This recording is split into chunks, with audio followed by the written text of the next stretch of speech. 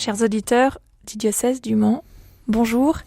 Joyeuse fête de Pâques à chacun, nous sommes dans l'octave de Pâques, Christ est ressuscité, Alléluia. Aujourd'hui, nous sommes avec le Père Grégoire Cador, notre administrateur diocésain. Bonjour Père Grégoire. Bonjour Axel, bonjour Mathieu, bonjour à tous. Et Isabelle Sureau. Bonjour Isabelle. Bonjour Axel. Père Grégoire, dans la nuit de Pâques, il y a 29 adultes catéchumènes qui ont reçu le baptême. C'est une grande joie pour notre diocèse, c'est toujours une grande joie de voir que la famille s'agrandit, que des hommes et des femmes choisissent d'aimer et de mieux connaître le Christ. Vous avez assisté à un des baptêmes à la cathédrale peut-être ? Non, moi j'étais pour la vigile de samedi soir, j'étais à la paroisse d'Allonne pour accompagner un catéchumène que j'avais accompagné au tout début de son parcours. Voilà, et j'ai fait la vigile pascale le lendemain à 5h à la cathédrale. Oui, mais c'est toujours une grande joie, effectivement, de voir des gens s'engager à la suite du Christ. Là, c'est une trentaine de personnes de 18 à 72 ans, venues d'un peu partout, de tous les milieux, de toutes les origines même. Et voilà, de voir que le Christ appelle et que des gens répondent à son appel, c'est toujours très émouvant et impressionnant. Vous les aviez rencontrés ? Oui, bien sûr, et comme pour l'appel décisif, et ils m'avaient écrit chacun pour expliquer leur démarche et demander à être appelés. Et donc, pour certains, j'avais l'impression de les connaître un peu, du fait de cette première rencontre et de ces confidences qu'ils m'avaient fait. Et j'ai là aussi été très touché par leur démarche. La question qu'on peut se poser, c'est, une fois qu'ils ont reçu le baptême, comment les accompagner dans leur communauté chrétienne ? On est responsable, nous, les vieux chrétiens, de leur faire bon accueil et d'en prendre soin. On est responsable de les accueillir, de les accompagner. Ils sont responsables de nous stimuler, de nous exciter un peu à renouveler peut-être nos manières de faire. Oui, c'est toute la communauté, garder le contact. Il s'agit pas l'objectif n'est pas de faire du nombre, mais de faire en sorte que l'évangile soit entendu et témoigné au quotidien. Après, c'est à chacun d'inventer comment ça va pouvoir se faire dans la communauté, mais aussi dans le monde, dans le milieu dans lequel il vit. Alors cette semaine, notre nouvel évêque, Monseigneur Jean-Pierre Villemain, est venu pour sa première prise de contact nous rencontrer au Mans. 3 jours, Isabelle, il y a eu un temps assez fort avec les chrétiens de la Sarthe. Ça a été cette rencontre mercredi à la Maison Saint-Julien où il y avait à peu près 400 personnes qui sont venues l'accueillir. Oui, des personnes qui venaient pour certaines de loin, d'un peu partout en Sarthe, pour rencontrer pour une première fois notre nouvel évêque, qui souhaitait ça en fait, rencontrer les personnes. Cette prise de contact, de découverte de la Sarthe, elle ne peut pas être exhaustive bien sûr, et puis on n'avait que 3 jours et plein de choses à lui montrer, mais il a d'abord envie de rencontrer les personnes et c'est ce qui s'est passé mercredi soir, oui.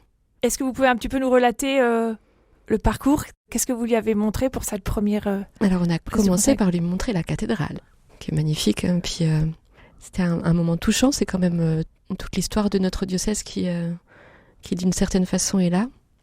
Je pense que ça l'a touché aussi. Et puis ensuite, rencontrer différents groupes de personnes, les ministres ordonnés, puis tout de suite après la soirée avec tous les diocésains qui avaient envie de le rencontrer et découvrir un petit peu qui il est. Et une matinée dans les services de la maison diocésaine, et puis après d'autres rencontres ici à Bonnières avec les prêtres âgés, aussi le conseil de l'administrateur. Enfin voilà, à chaque fois des rencontres de personnes différentes qui l'aide à cerner un peu mieux qui nous sommes tous, qui est ce diocèse dans lequel il arrive. Mais voilà, il a le temps maintenant, c'est qu'un premier contact, un évêque vient s'installer pour plusieurs années. Il arrive d'une région complètement autre, donc il ne connaît pas du tout l'ouest de la France.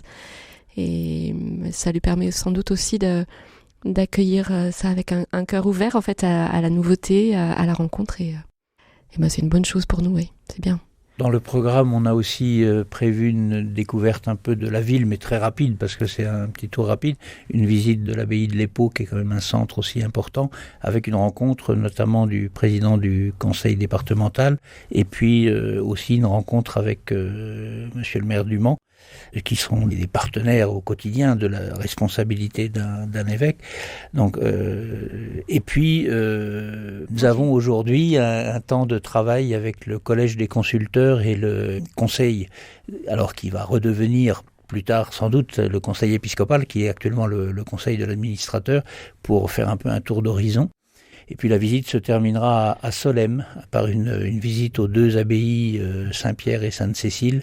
La fin de la rencontre de mercredi soir, ça a été un temps de prière. On a prié les complis.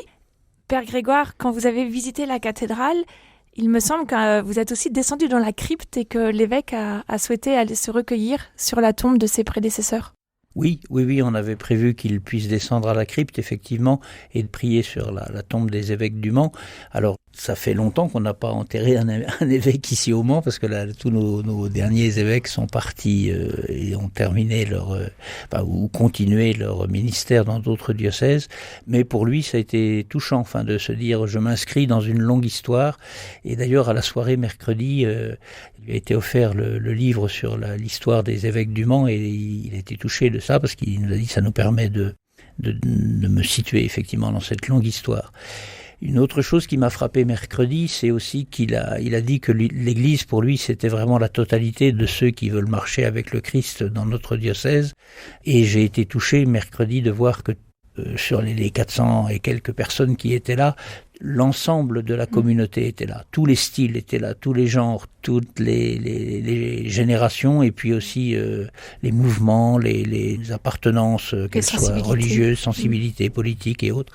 Et ça, j'ai trouvé ça tout à fait important. Et qu'il l'ait d'abord souligné, mais que ce soit concrètement très palpable sur le terrain. Alors Isabelle et Père Grégoire, est-ce qu'on peut vous demander un petit peu l'emploi du temps qui est le vôtre d'ici le 21 mai? J'imagine que c'est un peu un marathon qui s'ouvre là, c'est dans un mois en fait, mais peut-être que tout est déjà bien anticipé. Et quelles sont un peu les échéances? Ce qui est sûr, c'est que le rendez-vous est le 21 mai à 15h à la cathédrale. Pour le reste, il y a un petit peu de préparatifs en cours forcément et d'invitations à lancer. On rappelle aux auditeurs que la messe, pour ceux qui malheureusement ne pourraient se rendre au Mans, sera retransmise sur RCF, bien sûr, sur KTO et sur la chaîne YouTube du diocèse. Comme ça, le maximum de personnes pourront être en communion de prière. Participer à leur manière, exactement. Voilà. Oui. En ce qui me concerne, moi j'avoue que je ne suis pas inquiet, parce que déjà depuis quelque temps, on savait que ça allait venir forcément, sans savoir qui ni. Et donc on avait commencé déjà à lancer des équipes, et moi j'ai une grande confiance dans les équipes qui se sont mises en place. D'ailleurs, il me semble que le Père Vulmin a été touché de voir que c'était déjà bien engagé, et ça lui permet lui aussi de pouvoir se préparer de façon personnelle sans se sentir investi dans tous les petits détails techniques, parce qu'il sait qu'il peut reposer sur des équipes qui travaillent depuis longtemps sur ce sujet. Donc moi, ce qui me semble important pour l'ensemble de la communauté chrétienne, c'est de continuer à porter cette préparation et cet accueil dans la prière. Et ce matin, en discutant avec l'évêque, il me disait je sais que vous avez prié beaucoup pour moi, et je sais qu'on a prié notamment à la messe de la couture le mercredi. Alors maintenant, il va falloir qu'on prie pour les vocations. On revient vraiment au sujet, il faut qu'on ait des ministres au service de notre communauté. Donc je vous invite tous à bien prendre cet appel au sérieux. Mardi, juste avant en fait que l'évêque vienne de rendre visite, vous avez souhaité organiser une journée pour la curie diocésaine à Solesmes, une journée de réflexion, de prière, de communion. Est-ce que vous voulez en dire un peu? On va préciser d'abord un tout petit peu ce que c'est que la curie diocésaine, parce que c'est quelquefois on ne sait pas très bien. Donc c'est en fait tous ceux qui collaborent à la tâche de l'évêque habituellement. Là on n'a pas d'évêque en ce moment, mais quand même. Donc toutes les équipes des services, les salariés, les bénévoles qui le voulaient. C'était une date fixée depuis longtemps. On ne savait pas du tout à l'époque que c'était la veille de la visite de notre nouvel évêque. Mais du coup, c'était un moment vraiment agréable et puis important pour les équipes de se retrouver, pour certains de faire connaissance, parce que certains sont en mission dans des hôpitaux ou sur le terrain un peu partout dans la Sarthe, dans le diocèse, et se connaissent peu. Donc c'était aussi un moment de rencontre. Et puis pour certains aussi une découverte de Solesmes, parce que on n'y va pas si souvent. Voilà, donc on a passé ce mardi de Pâques avec les moines. On est allé prier pour la messe avec eux. On a eu la joie de rencontrer le Père Abbé qui est venu à notre rencontre pendant une demi-heure l'après-midi. On s'est promené un peu dans ces jolis coins de Sarthe. C'était un bon moment. Voilà, ça tombait bien en fait, on a gardé la date. Et on avait demandé au Père Abbé de nous parler de la communion dans l'Église. On avait été touché par une intervention qu'il avait faite à une rencontre des conseils épiscopaux de la province de l'Ouest.